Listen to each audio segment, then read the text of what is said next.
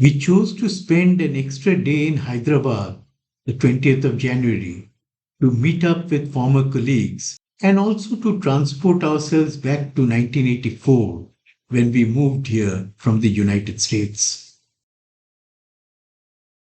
As we drove through Gachibowli last night, and from whatever I could gather during my morning stroll with Sia, I could hardly recognize the place.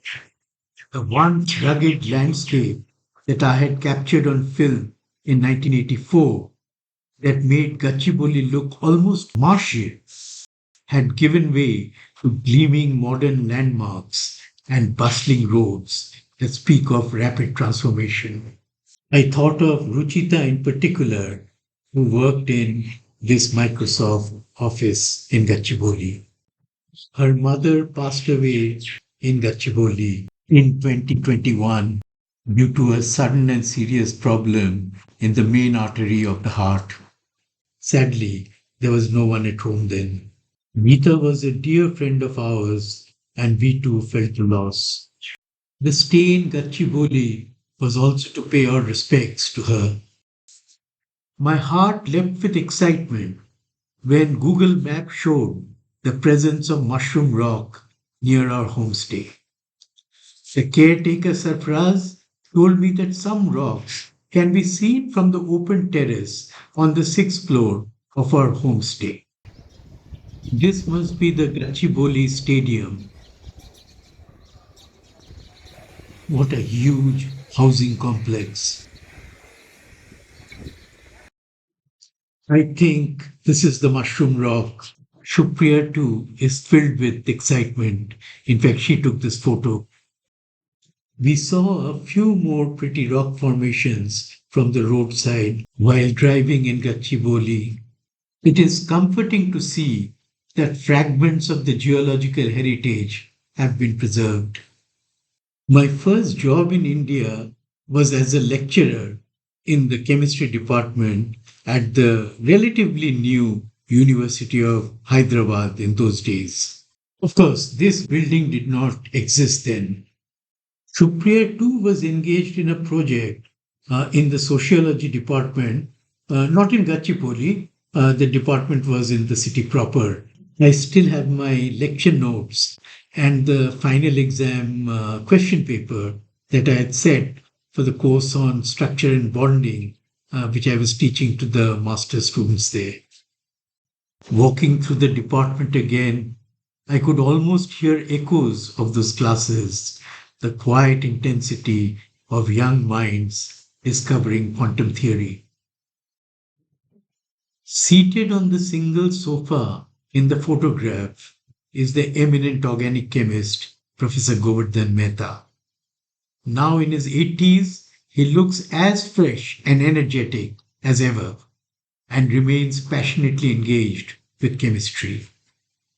I owe my job in this department to him. I might add that he was also my teacher at IIT Kanpur. The other gentleman to my right is Professor D. Basavaya. He had worked under the Nobel laureate H.C. Brown, and he and I had joined the university around the same time.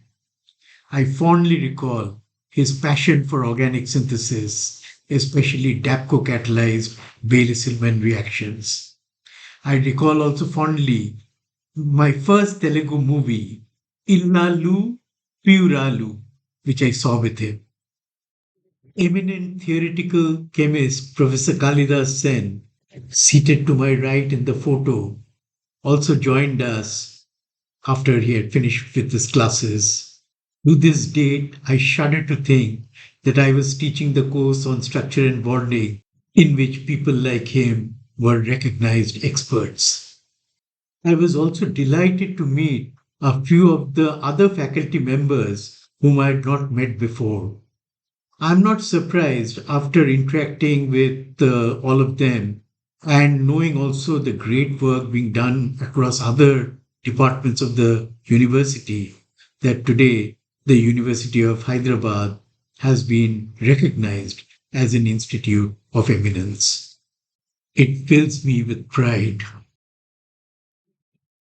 After my visit to the university, Shukriya and I met past colleagues from the Central Salt and Marine Chemicals Research Institute in Bhavnagar. They are now settled in Hyderabad. Over a vegetarian thali at Nani's, we reminisced about those years. Mr. Badrinath, the controller of administration when I took charge in Bhavnagar in 1999, and Mr. Ramakrishna, who later succeeded him, were there. So were Dr. G. Ramachandraya and Dr. A.V.R. Reddy. Both had led teams of researchers who had carried out pioneering work in membrane development, membrane based processes, and remarkable work on societal missions. To sit in their company now, all gracefully retired, was truly an honor. What began as a cordial meeting soon became a celebration. As if their generosity in treating us to lunch was not enough, they presented us with two exquisitely crafted elephants. Quite spontaneously, I mentioned that January 20th was our wedding anniversary. In that moment, the day transformed into something unforgettable. Our anniversary made special by the warmth of old friends and towering minds. The next thing on our agenda was a visit to Golconda Fort. First built in the 12th century and later expanded by the Qutub Shahi rulers, Golconda Fort once served as a powerful capital and a world famous center of diamond trade. Perched on a granite hill, its massive walls and ingenious design reflect the strength, wealth, and architectural brilliance of medieval Deccan India. Although we saw it only from the outside, this time we had a tour of the inside 40 years ago. What stood out for me was its brilliant acoustic design. I believe this is the mosque within the Qutub Shahi Tombs complex near the mausoleum of Hayat Bakshi Begum, a highly influential 17th century queen of the Golconda Sultanate. On the road from Golconda toward the old city, we passed a few vibrant neighborhood temples, their colorful towers quietly watching over everyday life. Although we were discouraged from driving to the old city because most of it is barricaded apparently, there was a different opinion provided by an auto rickshaw driver in the morning, and he said that we should have no difficulty finding a parking very close to Charminar, and that's where we are headed. Driver Saiful managed to stop the car momentarily at a sharp bend on the Husseini Alam road, just long enough for us to be able to take this photo. We asked around and then went through a narrow alley and we found a place where we could park the car. What luck! Although the Golconda fort was rebuilt as a city in the early part of the 16th century, acute water shortage was encountered in the latter part of the century. The then ruler of the Golconda Sultanate, Muhammad Quli Qutub Shah, relocated the city to the banks of the Musi River and renamed it as Hyderabad. You can see the Musi River in the map. The design of the city is credited to the Iranian scholar and architect Mir Astarabadi. As per the Telangana government website, the Charminar was built soon after, presumably to mark the city's foundation and commemorate the start of the second Islamic millennium. The inscription on the foundation stone is translated as "Fill this my city with people as thou hast filled the river with fishes, O Lord." The Charminar can be thought of as being at the very center of the then new Hyderabad city. Each of the four grand arches faces a cardinal direction, whereas the minarets are aligned with the ordinal directions. It has been speculated, however, that the four minaret design was inspired by the Shia Taziyas, ornate replicas of the tomb of Imam Hussein carried during Muharram processions. We all took turns posing in front of the iconic monument. I was worried that Sia would be seen as an annoyance in this busy place. Instead, she became a star attraction there, and many of the tourists and local personnel enjoyed her presence. Sia, of course, was on her best behavior, except an occasional bark, which was more out of delight. Shupriya's sketch. Interestingly, Supriya remembered that we had visited Charminar on this very day 41 years ago, memories preserved in our album. The sacred Makkah Masjid is located close to Charminar. It is believed that the soil used to make the bricks for the central arch of the mosque was brought all the way from the holy city of Mecca. Glad that Saiful could make a brief visit to the mosque. We could see at a distance the government Nizamiya General Hospital, which really was constructed in the early part of the 20th century as an Unani medical hospital come teaching institution. Very imposing structure.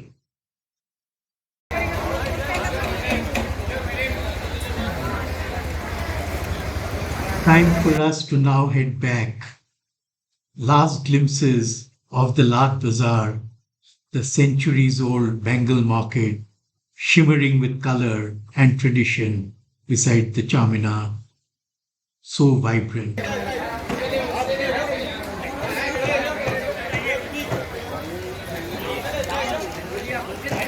आओ इधर आओ गरम गरम है sweet कौन है मसाला कौन है बटर कौन है ये आओ अरे बाजी तुम्हारे एक मिनट देख लेते हैं वो बेटा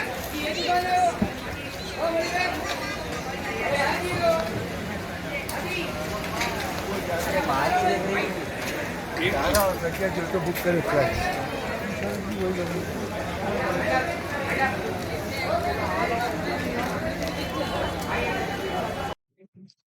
Before heading back to our homestay, we searched in vain for our house where we had lived 41 years back in Santosh Nagar in Mehedipatnam, but it was all in vain. Forget about finding the house, we could not even recognize the street.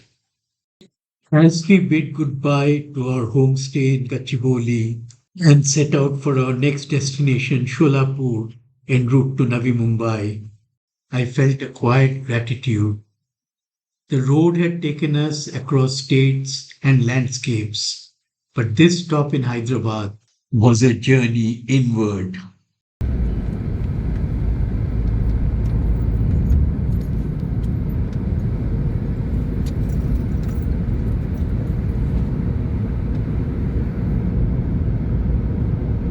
Continue on Nehru Outer Ring Road for 20 kilometers.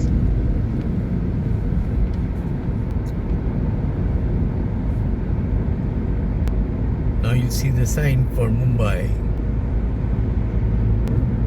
Goodbye, Hyderabad.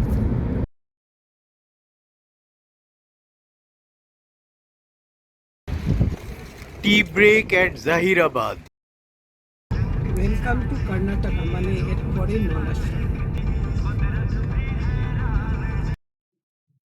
As we approached Solapur, acres and acres of jowar plantation were indeed a very pleasing sight. It's a winter crop which is typically planted around September, October, and harvest time is around January to February. We stopped over for lunch at Patel's Dhaba and thereafter We drove non-stop till Solapur, reaching our homestay in Bijapur area well before sunset. Solapur may be known for its famous chadars, but we did not want to miss its must-see landmarks, those where history and devotion meet. Supriya and I hopped onto an auto rickshaw which dropped us at the historic Huikot Killa. The fort stands as a silent witness to Sholapur's layered history, built during the Bahmani period and later strengthened by the Adil Shahis and the Marathas. Its massive stone walls, which is all that we got to see, still echo tales of shifting empires. As evening descended, we visited the Siddheshwar temple, the spiritual heart of Sholapur. Dedicated to Lord Siddheshwar, the revered 12th century saint, poet, and ardent devotee of Lord Shiva, the temple stands gracefully amid the waters of Siddheshwar Lake. Illuminated at night, the Gopuram, the Deepmala lights, and the reflections on the water create a deeply serene and festive atmosphere. We joined the devotees who had lined up patiently for darshan, while families strolled along the lakeside, a beautiful blend of devotion, tradition, and festivity. Before leaving for Navi Mumbai, we spent a peaceful morning at Bijapur Lake, which was so close to our homestay. Sunrise over calm waters, the striking equestrian monument of Rani Lakshmibai standing tall, and even a passing train adding life at an otherwise quiet lakeside.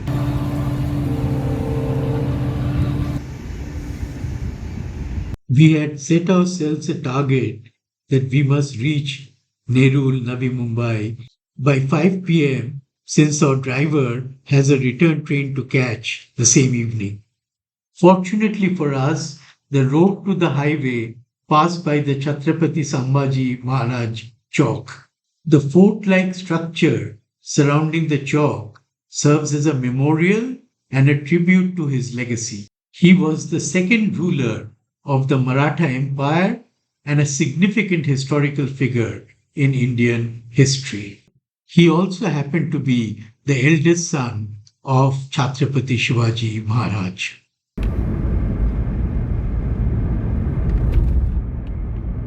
We found this delightful restaurant, Sweet and Salty, at Temburni, quite close to Solapur, and had our breakfast there. It's owned by Miss Urmila, who can be seen in this photo. She and her family also own large sugarcane plantations. The next unscheduled stop was for a juicy guava. You can see Nandini with her cart, not just selling guavas, but many other fruits. Couldn't resist taking a photo of this very pretty church. In 200 meters, keep right to take the flyover. Keep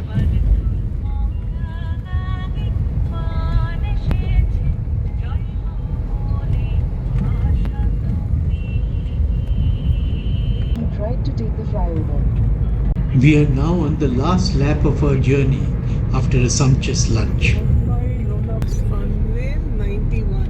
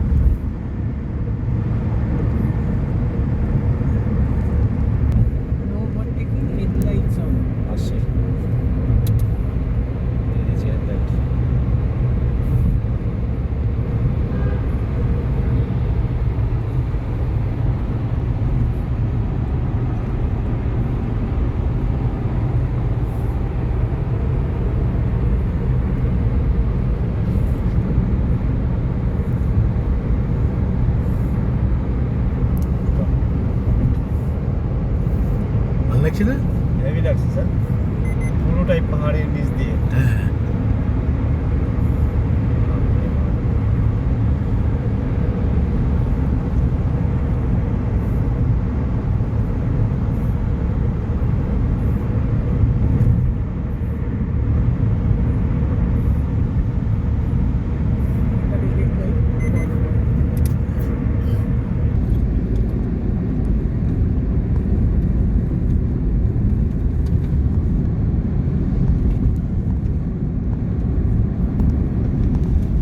পানি হচ্ছে টানেলের ভিতর দিয়ে।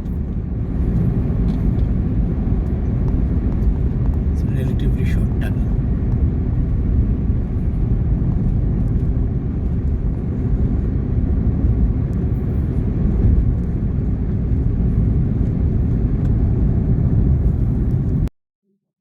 Hairpin turns on the way. Belapur is just 27 kilometers, so Nerul, our home, will be approximately 30 kilometers. We are approaching the Bhatan tunnel. This is the last tunnel before Panvel.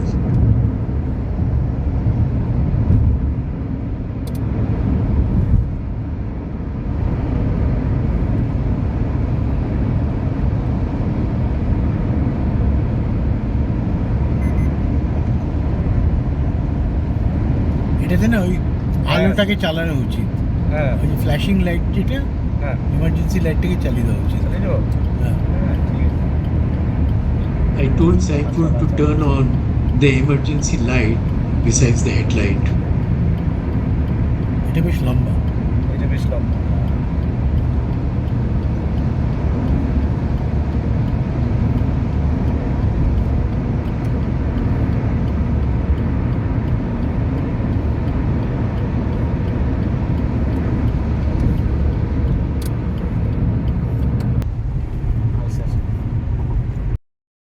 We saw the mouth of the Vashish Godavari at Antarvedi, Kumbhakeshwar at the base of the Brahmagiri mountain. Just about 28 to 30 kilometers from Nashik city is where the journey begins. Almost there. What a journey it has been. 2,700 kilometers in total over 8 days. Thank you, Saiful, for your excellent driving. We have reached before 5 p.m. and you have plenty of time to make it to Kurla station for your return journey by train. All the best.